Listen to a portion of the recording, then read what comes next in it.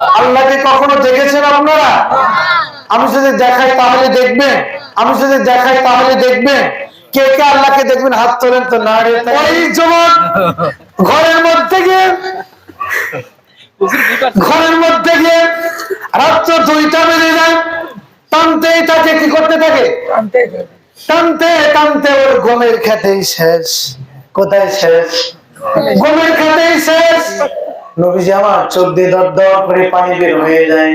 নবীজি আয়েশাকে ডাক দিয়ে বলে, পানির স্ত্রী আয়েশা, আমার জন্ম থেকে মৃত্যু পর্যন্ত, শুধু মৃত্যু পর্যন্ত নয়, কবর থেকে শুরু করে নিয়ে কিয়ামত পর্যন্ত প্রত্যেকটা সেক্টরে আমি উম্মতের চিন্তা করেছি। তাদের জন্য বাড়ি গাড়ি টাকা করেছি, তারা আজির পর করে দেয় দিবারাতি। একজন মানুষ রাত্রে বেলাও দাফন হচ্ছে, দিনের বেলায় দাফন হচ্ছে। তাই কবি বলছেন, যাদের জন্য বাড়ি গাড়ি টাকা করেছি, তারা আজির পর করে দেয় দিবারাতি।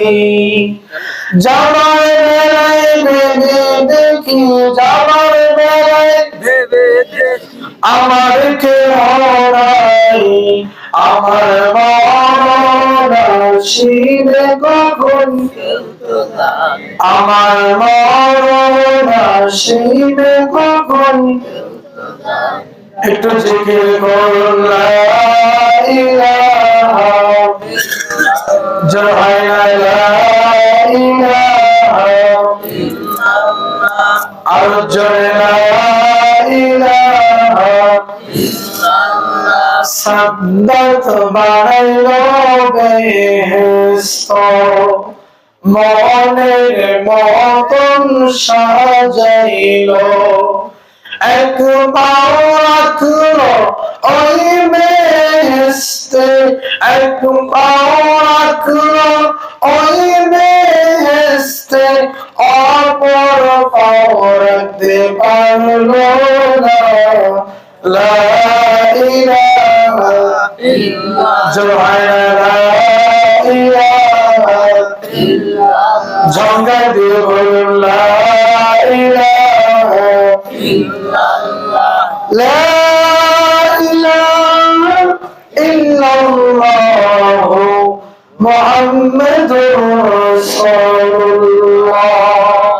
সকলে পড়ি সাল্লাল্লাহু আলাইহি ওয়াসাল্লাম। আল্লাহ রাব্বুল আলামিন, লাখো শুকরিয়া যে মহামহিম পরমাধিকার বিনিয়াজ আল্লাহ আপনাকে ভালোবেসে আমাকে ভালোবেসে আজকের এই কোরআনের একটি মজলিস আসার বসার সুযোগ করে দিয়েছেন। আপনারা তাতে খুশি না হয়ে যায়? আরেকটু জোরে সকলেই খুশি? তাহলে রবের শুকরিয়া আদায় করছি। সকলেই একসঙ্গে সমস্বরে দুইটি ঠোঁট মিলিয়ে বলে উঠছি আলহামদুলিল্লাহ। আরেকটু জোরে বলি আলহামদুলিল্লাহ। শুকরিয়া আদায় করেছি কার? আল্লাহকে কখনো দেখেছেন আপনারা? আল্লাহকে দেখেন না? আমি যদি দেখাই তাহলে দেখবেন। কে কে আল্লাহকে দেখবেন হাত তোলেন তো। না রে তাকবীর। আল্লাহকে আমরা দেখতে চাই। কে কে হাত তোলেন? হাতে টান টান করেন। শীতের সময় তো টান টান করতে ভয় লাগে নাকি? কোরআনের জন্য তো একটু টান টান করেন। সকলেই দেখবেন, হাত না বান। আল্লাহ সকলকে কবুল করেন, আমিন বলেন। তাহলে আল্লাহকে দেখবো আমরা সকলে রাজি আছি তো? তাহলে আমরা সর্বশেষে আল্লাহকে দেখে চলে যাব। এবার আসুন লক্ষ্য করে দরুদ সালাম ওই রাসূলের উপরে, যে রাসূলকে বলা হয় সাইয়্যিদুস সাকালাইন, ইমামুল মুরসালিন, বদরুদ্দোজা, দুলালে আমিনা, সরকারে দো আলম, তাজদারে মদিনা। নবীর শান যদি সারা রাত্র বলতে থাকি, নবীর শান বলে শেষ করা সম্ভব? সর্বোপরি মুহাম্মদুর রাসূলুল্লাহ, সকলে পড়ি সাল্লাল্লাহু আলাইহি ওয়াসাল্লাম।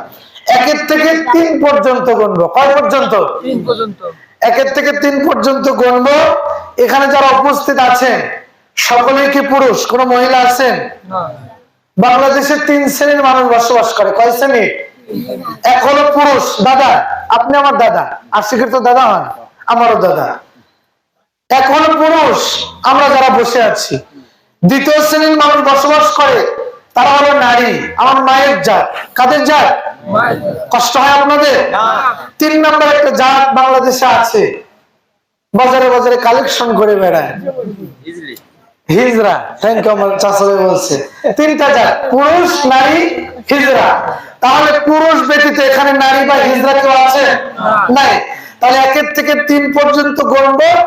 আপনার সামনের দিকে যেহেতু মানুষ অল্প, এক জায়গায় জমায়েত হবে।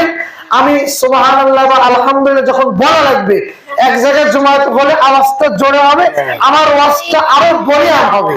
এজন্য আমি 1 থেকে 3 পর্যন্ত গুনবো।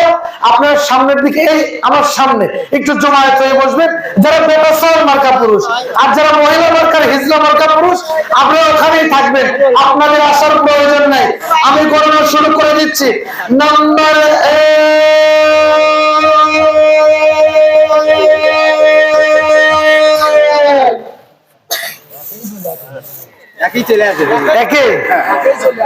কত সুন্দর একটা পরিবেশ হলো না? সিরাজ সাথে আছেন, ভালো দেখা যায় না। প্রত্যেকটা মাহফিল আমি 2 পর্যন্ত গুনি, 1 বাকি রাখি, কারণ এই মাইকে আওয়াজ বাড়ি পর্যন্ত যাচ্ছে। ওরা বলছে যে না, আমরা হিজরা থাকবো না, আমরা পুরুষ হব। ওরা তো বাড়ি থেকে রওনা দিচ্ছে, তাহলে ওদেরকে আমরা পুরুষের খাতায় রাখার জন্য প্রতি মাহফিলে 2 বার বলি, 1 বার বাকি রাখি।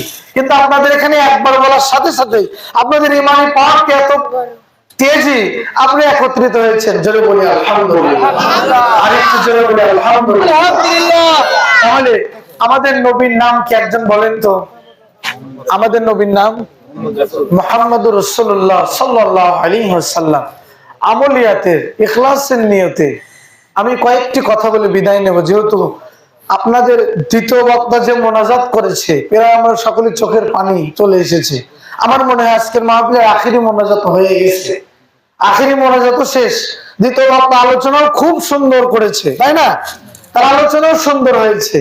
এখন কিছু বাকি আছে, আপনাদের কিছু আমল করার দরকার। কিছু আমল দিয়ে আমি চলে যাব। শুনতে রাজি আছেন আপনারা? তাহলে আমরা কোন নবীর উম্মত? আখিরি নবী, শেষ নবীর উম্মত, যে নবীর উম্মত হওয়ার জন্য নবীরা পর্যন্ত দোয়া করেছে। সুবহানাল্লাহ বলতে হবে। সুবহানাল্লাহর একটা হাদিস বলি, তাহলে আপনারা সুবহানাল্লাহ বলবেন, কৃপণতা করবেন না। আল্লাহর নবীর কাছে আমি কণ্ঠ দিব না, যেহেতু দাদা আমি প্রতি রাত জাগার কারণে আমি গত পরশুদিন সাতক্ষীরা যাই, ওটা জামাতের এলাকা, জামাতের ঘাটি। তো যুবকেরা বলছে হুজুর আপনি গরম ওয়াজ করেন, গরম ওয়াজ না করলে আপনাকে মাহফিল থেকে নামায় দিবে। তোদের কথা মতো একটু গরম ওয়াজ করতে গিয়ে একটানা 1.5 ঘন্টা গরম আলোচনা, পরে আমার গলাটা বসা, যেহেতু কাল বড় প্রোগ্রাম আমার আছে, এই জন্য আমি কণ্ঠ দিব না, কথার আকৃতিতে বলবো, শুনলে আপনাদের অনেক ফায়দা হবে। এজন্য আপনাদের কষ্ট হবে না তো? তাহলে আল্লাহর নবীর কাছে 2 জন সাহাবী আসলেন। 2 জন সাহাবী তখন কালিমা পড়ে মুসলমান হয় নাই, ওরা ইহুদি। ওরা কি? কথা বলবো, ওরা কি? এই যে 2 ভাইয়ের মতো 2 জন বন্ধু গিয়েছে আল্লাহর নবীর কাছে, গিয়ে কালিমা পড়ে মুসলমান হয়েছে। তো ওই দিন থেকে 2 বন্ধু যেদিন কালিমা পড়ে মুসলমান হয়েছে, 2 বন্ধু নামাজ পড়ে একসাথে, সুবহানাল্লাহ, সুবহানাল্লাহ, রোজা রাখে একসাথে, সুবহানাল্লাহ, ইফতার করে একসাথে, সুবহানাল্লাহ, ভালো ভালো কাজ করে একসাথে, সুবহানাল্লাহ। যেরকম আপনাদের যে আশিক, এই এলাকার সন্তান, আমার আশিক আমার বন্ধু মানুষ, আমরা সবসময় একসাথে চলাফেরা, বিভিন্ন জায়গায় একই সাথে মাহফিল করি, চলাফেরা আমাদের একই সাথে, একটা মহাব্বত।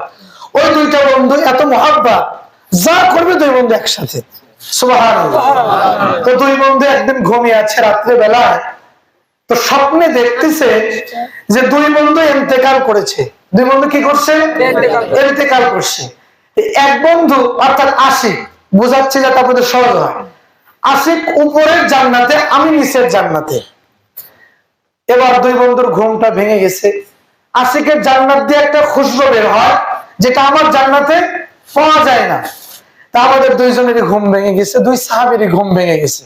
তো আল্লাহ নবীর কাছে বলছেন, ইয়া রাসূলুল্লাহ, পরের দিন গিয়ে, যে রাসূলুল্লাহ স্বপ্নে তো দেখলাম যে আমার বন্ধু উপরের জান্নাতে, আমি নিচের জান্নাতে। ওর জান্নাত থেকে একটা খুশবু বের হয়, সুঘ্রাণ বের হয়।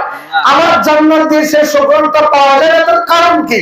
কারণ আমরা দুই বন্ধু যেদিন থেকে কালেমা পড়ে মুসলমান হয়েছি, নামাজের রাকাতের সংখ্যা সমান, রোজার সংখ্যা সমান, ইফতার করেছে একসঙ্গে, ভালো ভালো কাজ করেছে একসঙ্গে, তাহলে আমার এই বন্ধু উপরের জান্নাতে, আমি নিচের জান্নাতের কারণ কি? সুবহানাল্লাহ। আল্লাহর নবীজি বলছেন, মুস্কে হাসি দিয়েছেন, মুস্কে হাসি দিয়ে বলছেন যে সাহাবীরা শোনো, আল্লাহ আমাকে এইমাত্র জানিয়ে আল্লাহ রাব্বুল আলামিন বলেছিলেন, ও আমার হাবিবেরা, হযরত আদম আলাইহিস সালাম থেকে আমার নবী মুহাম্মদের আগ পর্যন্ত যত নবী তোমরা পৃথিবীতে এসেছো, তোমাদের সকলকে আমি একটি করে স্পেশাল অফার দিয়েছি। সুবহানাল্লাহ বলেন। সুবহানাল্লাহ। প্রত্যেক নবী সে অফারটা কাজে লাগিয়ে ফেলেছে। সুবহানাল্লাহ বললেন না? সুবহানাল্লাহ। প্রত্যেক নবী সে অফারটা কাজে লাগিয়েছে। অফারটা কি? আল্লাহ বলেছে, হাবিব আপনারা একটা স্পেশাল দোয়া করবেন, সে দোয়াটা আমি আল্লাহ কবুল করব। সুবহানাল্লাহ। প্রত্যেক নবী দোয়াটা করে ফেলেছে, কিন্তু আমার আপনার নবী এখনো পর্যন্ত করেন না। সুবহানাল্লাহ বললেন না? সুবহানাল্লাহ। কার জন্য করে নাই? কার জন্য? এই আমার আপনার জন্য। মা আয়েশা সিদ্দিকা বলেন, ইয়া রাসূলুল্লাহ একটু কাম লাগেন, আপনি একটি স্পেশাল অফার আল্লাহ আপনাকে দিয়েছিলেন, প্রত্যেকটা নবী দুনিয়া থেকে দোয়া করে ফেলেছেন, আপনি এখানে দোয়াটা করেন না, এর কারণ কি? নবীজি আমার চোখ দিয়ে দর দর করে পানি বের হয়ে যায়। নবীজি আয়েশাকে ডাক দিয়ে বলে, পানির স্ত্রী আয়েশা, আমার জন্ম থেকে মৃত্যু পর্যন্ত, শুধু মৃত্যু পর্যন্ত নয়, কবর থেকে শুরু করে নিয়ে কিয়ামত পর্যন্ত প্রত্যেকটা সেক্টরে আমি উম্মতের চিন্তা করেছি। মা আয়েশা সিদ্দিকা বলছেন, ইয়া রাসূলুল্লাহ দোয়ার সাথে উম্মতের কি সম্পর্ক? প্রত্যেক নবী তো দোয়াটা করে ফেলেছেন। আপনার আপন দাদা আব্দুল মুত্তালিব যখন দুনিয়া থেকে বিদায় নিচ্ছিল, আপনি যদি দোয়া করতেন আপনার দাদার হায়াত আল্লাহ বাড়িয়ে দিতেন। সুবহানাল্লাহ। আপনি কেন দোয়াটা করলেন না? আপনার অনেক জলিল কদর সাহাবীরা দুনিয়া থেকে বিদায় নিয়েছেন, ইচ্ছা করলে দোয়া করে তাদের হায়াতকে বাড়িয়ে দিতে পারতেন, কেন দোয়া করলেন না? নবীজির চোখ দিয়ে দরদর করে পানি বের হয়। নবী ডাকতে এসে শুনে রেখে দাও, জেনে রেখে দাও, ওয়াসিআল্লাযীনা তাকাউ রাব্বাহুম ইলাল জান্নাতি যুমারা। কিয়ামতের মাঠ যখন সংঘটিত হয়ে যাবে, আমার কিছু উম্মতরা জান্নাতে চলে যাবে, এবার কিছু উম্মতরা জাহান্নামী হয়ে গেছে। আমাদের পাপ আছে না? আমরা তো জাহান্নামে যেতে পারি। আমার নবীজি বলেন, আয়েশা রে, আমার যে উম্মতরা জান্নাতে চলে যাবে ওরা তো খুশি আনন্দ চিত্তে সুবহানাল্লাহ, কিন্তু আমার কিছু উম্মতরা জাহান্নামে যাবে, ওরা বড় বিচলিত হয়ে যাবে, ওরা বড় পাগল হয়ে যাবে। আমি নবীজি ওই দিন কিয়ামতে আল্লাহর কাছে দাঁড়িয়ে যাব, দাঁড়িয়ে আল্লাহকে বলবো, আল্লাহ আপনার কি মনে আছে নাকি? সুবহানাল্লাহ। সুবহানাল্লাহ। আল্লাহ বলে, হাবিব আপনাকে সৃজন করেছে আমি আল্লাহ, আমি আপনাকে অফার দিয়েছি, আমার মনে থাকবে না? নবী আর আল্লাহ একটু রহস্য করে। সুবহানাল্লাহ। বন্ধু বন্ধু, আহা কি সুন্দর কথা। আল্লাহ ডাক দিয়ে বলে, হাবিব দোস্ত কেন মনে থাকবে না? আপনাকে অফারটা আমি আল্লাহ দিয়েছি আপনাকে, বা আপনি তো দুনিয়াতে অফারটা কাজে লাগান নাই। নবীজি বলছেন, আল্লাহ এই মুহূর্তে দুনিয়ার ওই অফারটা আমি কাজে লাগিয়ে দিব। কি কাজে লাগাবেন হাবিব আপনি বলেন? নবীজি বলেন, ও আল্লাহ কোন প্রার্থনা আপনার কাছে আমার নেই, একটি প্রার্থনা আপনার কাছে হলো, আমার যে উম্মতরা জান্নাতে গিয়েছে ওরা তো জান্নাতে চলেই গেছে, আমার এই যে লক্ষ লক্ষ উম্মতেরা, অনেক উম্মতদেরকে জাহান্নামের ভয়ের কারণে নাভি পর্যন্ত জিহ্বা বের হয়েছে, অনেক উম্মতের বুক পর্যন্ত জিহ্বা বের হয়েছে। আমার আল্লাহকে ডাক দিয়ে বলবে, হাবিব কি আপনার চাওয়া আপনি বলেন? বলে, আমার চাওয়া দুইটি। জয় বলুন কয়টি? দুইটি।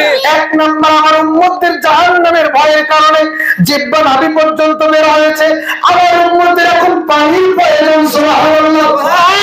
আমার আল্লাহ ডাক দিয়ে বলে, হাবিব দোস্ত আপনাকে দুনিয়াতে আমি হাউজে কাউসারের পানি দান করেছি। সুবহানাল্লাহ। ইন্না আতাইনাকাল কাউসার হাবিব আপনি কি জানেন না আপনাকে আমি হাউজে কাউসার দান করেছি? সুবহানাল্লাহ।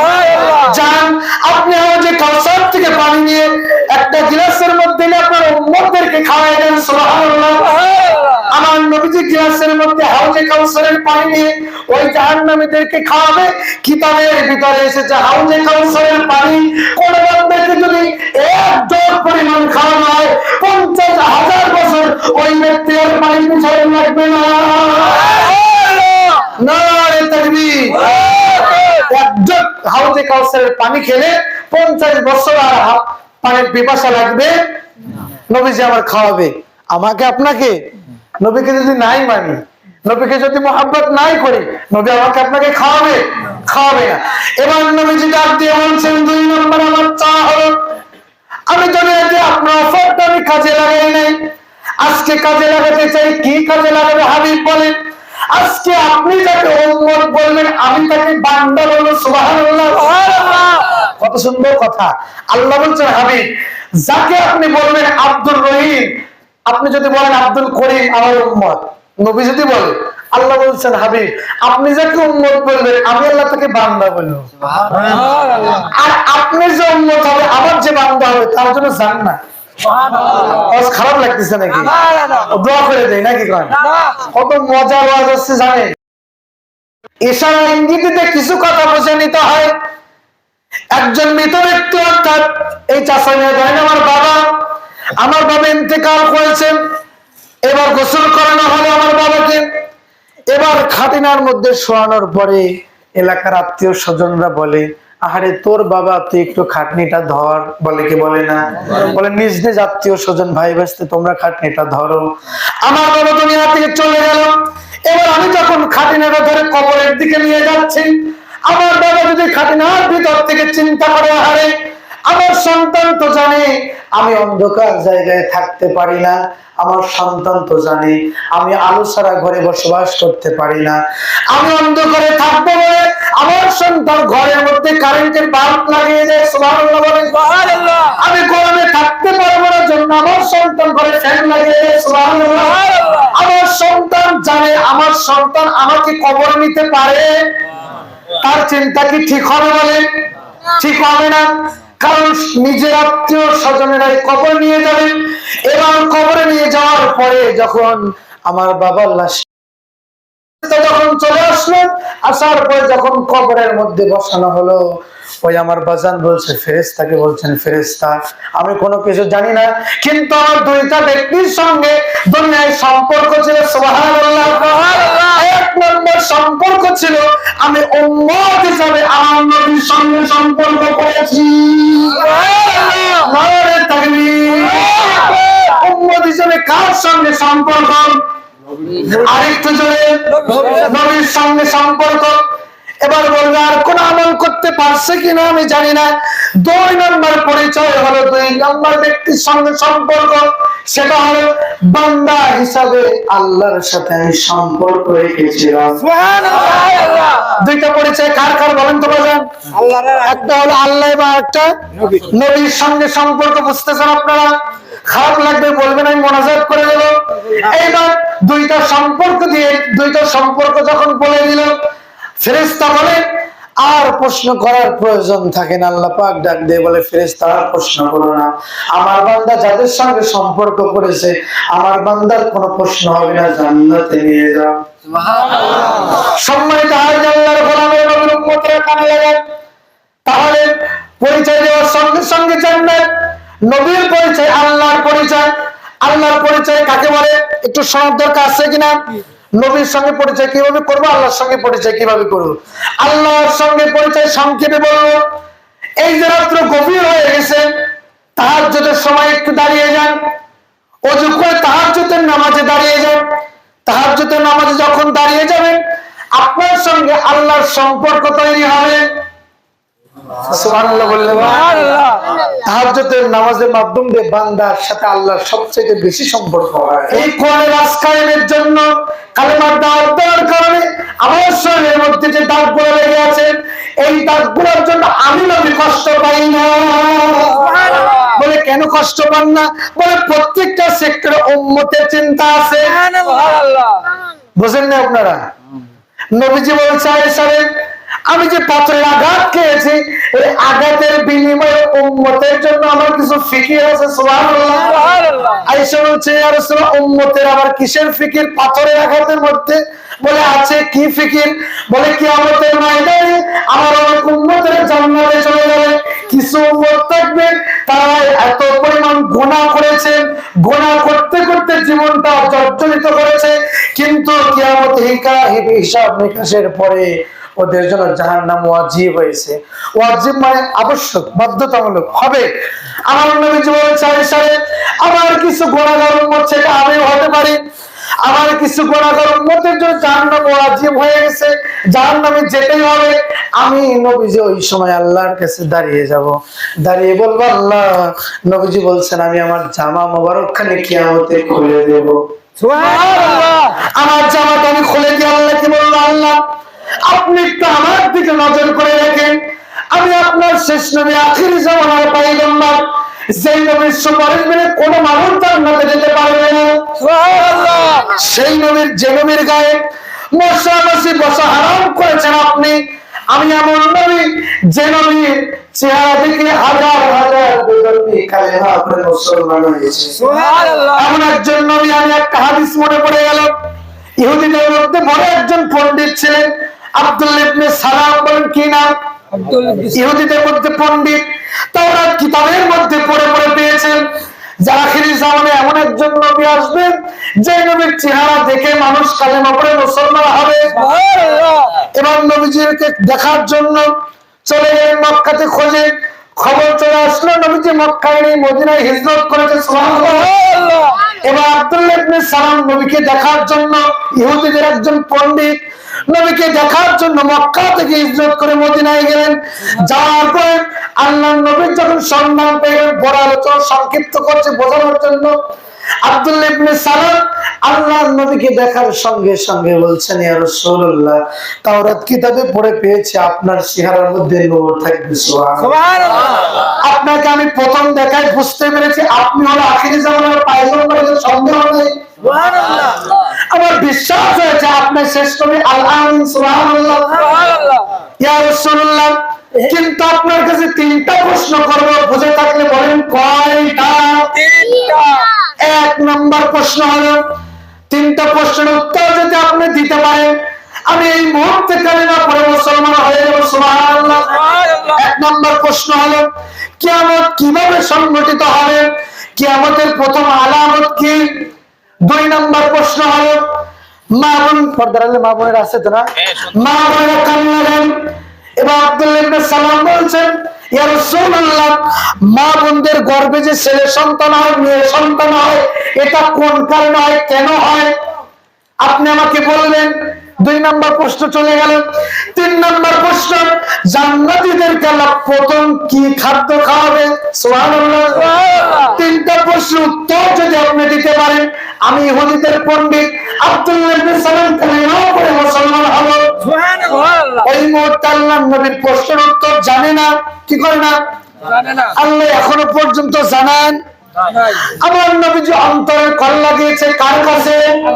আরেকটু জোরে, আল্লাহ। ফেরেশতা জিবরিল আমিনকে বলে, ফেরেশতারে, আমার নবীকে কোনদিন আমি অপমানিত করি নাই, যাও যাও আমার নবীকে তিনটা প্রশ্নের উত্তর জানিয়ে দাও। সুবহানাল্লাহ। তিনটা প্রশ্নের উত্তর কে কে শুনুন, হাত তোলেন তো। নারে তাকবীর, আরেকটু জোরে, নারে তাকবীর। কোরআনের আলো, হাদিসের আলো, আলে ওলামা যেখানে, সিটি টিভির আলো, ঘরে ঘরে চলো নাকি? হাত নামাজ, সিটি টিভির আলো এমনিতেই ঘরে চলতেছে, কথা ঠিক কিনা? এখানে যারা অবিবাহিত হাত তোলেন তো। অবিবাহিত কারা? একটু হাত তোলেন। অবিবাহিত যে এখনো বিয়ে করেন নাই, বিয়ে করেন নাকি? হাত তোলেন। হুজুরও সহ এই কয়জন? এবার হাত নামান। বিয়ে করছেন কারা? হাত তোলেন। আচ্ছা, এবার আমি প্রথমে একবার একটা নারী তাকবীর বলবো, বিবাহিত হলে আপনারা উত্তর দিবেন, অবিবাহিত হলে চুপ আছে। অবিবাহিত হলে তাদের তো শক্তি থাকার দরকার। এবার বিবাহিত হলেও মানে আল্লাহু আকবার বলবে, নারে তাকবীর। এবার বিবাহিত চোখ অবিবাহিতরা বলবে আছে আছে আছে। এবার অবিবাহিতরা বলতে রাজি আছে, প্রস্তুত? ওরা তো বিয়ে করবে, তো শক্তি থাকার কথা, দেখি কি শক্তি।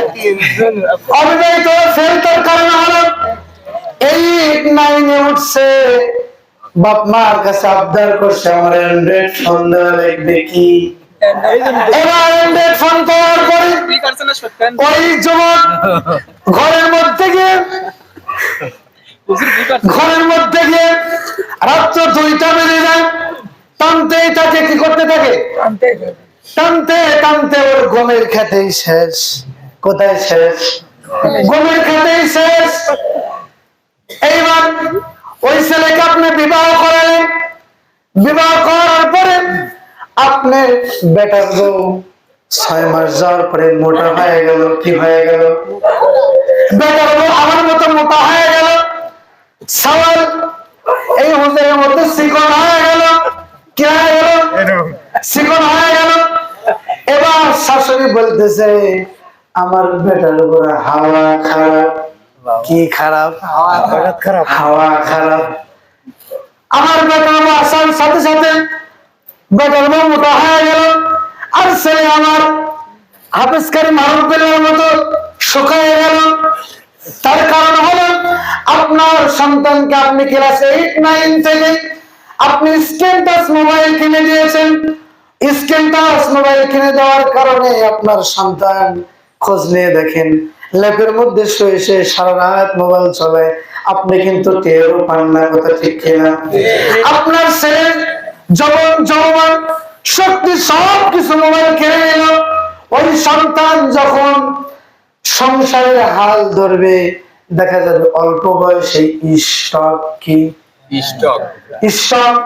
আপনাদেরকে আরেকটা মজার কথা শোনেন, স্টকের হাত থেকে, প্যারালাইসিসের হাত থেকে, যত বড় বড় রোগ আছে, ক্যান্সার থেকে, প্রত্যেকটা রোগ থেকে আপনি শিফা পাবেন একটি ফল যদি আপনি খেতে পারেন। সুবহানাল্লাহ। একটি ফল যদি আপনি খেতে পারেন, কোরআনে এসেছে যে আপনার কঠিনতম রোগ কোনোদিন হবে না। সুবহানাল্লাহ। সেই ফলটার নাম কি জানা আছে আপনাদের? কে কে শুনবেন? হাত তোলেন তো। সেই ফলটা শুনবেন যে কি ফলের নাম, আপনাদের কঠিনতম বিরাম কোনোদিন হবে না। আল্লাহ বলেছেন, আল্লাহর কথা কখনো মিথ্যা হতে পারে না। তাহলে শেষে বলবো, কখন বলবো? শেষে কি কি বলতে চাচ্ছি মনে রেখে আমার মনে করাই দিন, কিন্তু তাহলে কিন্তু হবে না। তাহলে আলোচনা ওইদিকে কোথায় রেখে আসছে মনে আছে আপনাদের? কোথায় রেখে আসছে বলেন তো? ওইদিকে রেখে আসছে আলোচনা, বলে বলে চলবে না। আল্লাহর নবীকে 3টা প্রশ্ন করেছেন আব্দুল্লাহ ইবনে সালাম, যে 3টা প্রশ্নের উত্তর দিলে আমি কালেমা পড়ে মুসলমান হব। সুবহানাল্লাহ। কিন্তু আল্লাহর নবী এই মুহূর্তে প্রশ্নের উত্তর জানেন। আল্লাহর নবী অন্তরে কল লাগিয়েছে কার কাছে? আর একটু জোরে বলুন, আল্লাহর কাছে অন্তরে কল লাগিয়ে দিলেন।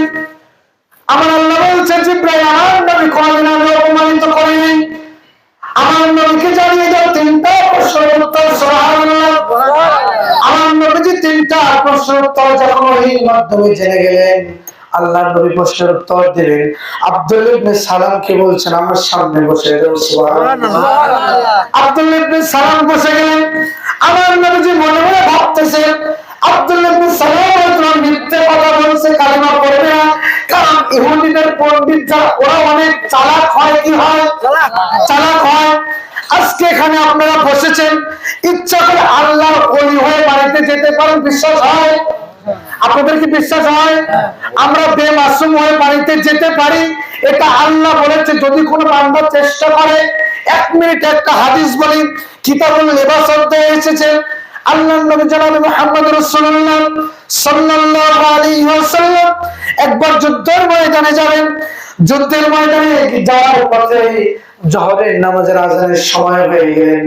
ওই সময় নীতিনৈতিকতা ছিল, কোন সময় যদি রেস্টের প্রয়োজন হতো সেখানে তাঁবু গাড়া হতো। কি গাড়া হতো? রাস্তার পাশে দেখা যায় না, বেদে যারা গ্রাম অঞ্চলে বাইদিনী বলা হয়, ওরা তাঁবু গাড়ে ওই যে পলিথিন দিয়ে। ওই সময় আল্লাহর নবীর জামানায় যুদ্ধের ময়দানে যে রেস্টের প্রয়োজন হলে তাঁবু গাড়তেন। আল্লাহর নবীজি তাঁবু গেড়ে, তাঁবুর মধ্যে আল্লাহর নবীজি আমার রেস্ট নিচ্ছেন, একটু দম সারছেন। ইতিমধ্যে জোহরের নামাজের আযানের সময় হয়ে গেলেন। আল্লাহর নবীজি বলছেন, ও আল্লাহর নবীজি বলছেন, ও আমার বেলাল, যাও জোহরের নামাজের আযান দাও। সুবহানাল্লাহ। খারাপ লাগতেছে আপনাদের? এবার বিলালকে যখন আযানের কথা বললেন, এবার বিলাল একটা উঁচু পাহাড়ে দাঁড়িয়ে গেলেন। দাঁড়িয়ে যাওয়ার পরে বিলাল সুন্দর করে আযান দেয়, আল্লাহু আকবার, আল্লাহু আকবার। এবার ওই বিলাল যেখানে আযান দেয় তার পাশে 6 থেকে 7টা যুবক, কারো বয়স 8 বছর, কারো বয়স 9 বছর, কারো বয়স 10 বছর, বড়ি, ক্যাপসুল, সিরাপ। কি একই জিনিস? বড়ি, ক্যাপসুল একই জিনিসের নাম ভিন্ন না? একই সেম বয়সের, এক একজনের এক এক বয়স। ওরা ওই জায়গায় ছাগল চড়াচ্ছে। এবার তাকিয়ে দেখেন একজন ব্যক্তি দাঁড়িয়ে আযান দিচ্ছে। এবার যুবকগুলা হযরতে বিলালের কাছে দাঁড়িয়েছে। সুবহানাল্লাহ। হযরতে বিলাল বলে আল্লাহু আকবার, আল্লাহু আকবার। ওই যুবকের একটু মুখ ভ্যাংসায়, ছোট ছোট বাচ্চারা মুখ ভ্যাংসায় না, তো বিলালের আযান শুনে মুখ ভেঙচি দেয়। এবার বিলাল যখন বলে আশহাদু আল্লা ইলাহা ইল্লাল্লাহ, ওরা বলে আশহাদু আল্লা ইলাহা ইল্লাল্লাহ, এরকম মুখ ভেঙচায়। আমার নবীজির তাবুর ভিতর থেকে খেয়াল করেন, সুন্দর চমৎকার একটি আলোচনা। আল্লাহর নবীজির তাবুর ভিতর থেকে ওইটা দেখতেছে। সুবহানাল্লাহ। আল্লাহর নবী তাকিয়ে দেখে বিলাল আযান দেয়, ছোট ছোট বাচ্চারা মুখ ভেঙচায়। আল্লাহর নবী এটা দেখতেছে আর হাসতেছে। সুবহানাল্লাহ। কেমন নবী বাজান? আমাদের এই মসজিদ থেকে যদি আযান হয় আর এখান দিয়ে যদি ছোট ছোট বাচ্চারা যদি মুখ ভেঙচায়, আর মসজিদের সভাপতির যদি চোখে পড়ে, এমন দৌড় দিবে, স্যান্ডেল ছাড়া দৌড় দিবে, দিবে না? কিন্তু আল্লাহর নবীজি তা করেনি। আল্লাহর নবীজি মুস্কি মুস্কি হাসি দেয়। বেলালের আযান শেষ হয়ে গেল। আল্লাহর নবীজি প্রথম যে বাক্যটা তৈরি করেছিলেন, ছোট বাচ্চাদেরকে যে শব্দটা বলে ডাকবেন, বাচ্চারা আপনার বশ হয়ে যাবে। সুবহানাল্লাহ। সে শব্দটা কি জানেন? আব্বু। কি আব্বু বলে ডাক দিবেন, দেখবেন বাচ্চারা কাছে আসবে। আল্লাহর নবীজি ওই যুবকদেরকে লক্ষ্য করে বলছে, আব্বু তোমরা এদিকে আসো। সুবহানাল্লাহ। খারাপ লাগে নাকি আপনাদের? ঘড়ি খুলে নেই, দাঁড়ান। আল্লাহর নবীজি বলছেন যে আব্বু তোমরা এদিকে আসো।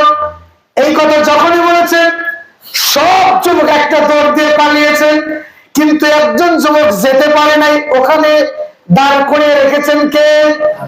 এই মাহফিলে কি আপনারা এখানে আসছেন? এই কথা বললে ইমাম থাকবে?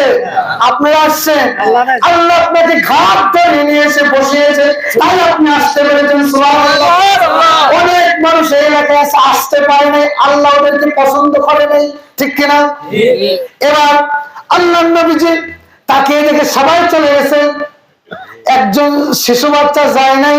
তার নাম হলো, তার নাম কি শুনবেন? বলবো, আবু মাহজুরা। সুবহানাল্লাহ। আবু মাহজুরা নামটা মুখস্থ করেন। কি না?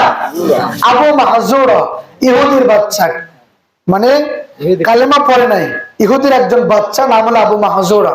সবাই চলে গেছে, কিন্তু আবু মাহজুরা আর যেতে পারে নাই। ওখানে দাঁড় করে রেখেছেন কে? আল্লাহ। আর একটু জোরে বলেন আল্লাহ। আল্লাহর নাম তো জোরে বলেন তো, আল্লাহ। আর একটু জোরে বলেন আল্লাহ। আল্লাহ দাঁড় করে রেখেছে। নবীজি বলছেন আব্বু এদিকে আসো। আবু মাহজুর আল্লাহ হিদায়াত করবে, কোনো মানুষ তো ঠেকাতে পারে না। কোন মানুষকে যদি আল্লাহ হিদায়াত করে, কোন মানুষ তাকে গুমরা করতে পারে না। আবু মাহজুর এগিয়ে এসেছে।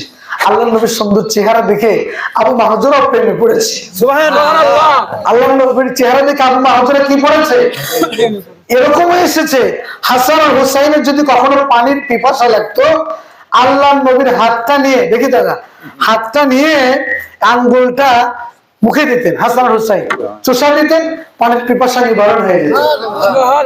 আয়েশা সিদ্দিকা বলছেন 2-3 দিনের খোদা আল্লাহ নবী বাড়িতে নেই, বাড়িতে আসতেন, দরজায় ঢুকতেন, নবীর চেহারা দেখতাম, 2-3 দিনের খোদা নিবারণ হয়ে যেত। এমন নবী। আবু মাহজুর নবীকে দেখে প্রেমে পড়েছে। সুবহানাল্লাহ। আবু মাহজুর এগিয়ে গেলেন, যাওয়ার পর আল্লাহর নবী বলছে আব্বু এদিকে আসো, হয়ে গেছে। বলি তোমাকে একটা কথা বলবো। কি কথা? যখন বলে আশহাদু আন্না মুহাম্মাদুর রাসূলুল্লাহ, আবু মাহজুর বলে আশহাদু আন্না মুহাম্মাদুর রাসূলুল্লাহ সাল্লাল্লাহু আলাইহি সাল্লাম। এই কথা বলে আমি যেহেতু পুরা আযান বলতে গেলে সময় শর্ট হবে, প্রায় 11:30 পার হয়ে গেছে। এবার আবু মাহজুর পুরা আযান যখন কমপ্লিট করে দিলেন, কমপ্লিট করার পরে আজান যখন শেষ হয়ে গেল, আবু মাহজুর আল্লাহর নবীকে জড়িয়ে ধরেছেন। আল্লাহর নবীকে জড়িয়ে ধরে বলছে, ও রাসূলুল্লাহ, আমি 1 থেকে 2 মিনিট আপনার কাছে আজানের তালকিন করেছি, আজানের মশক করেছি, আজানের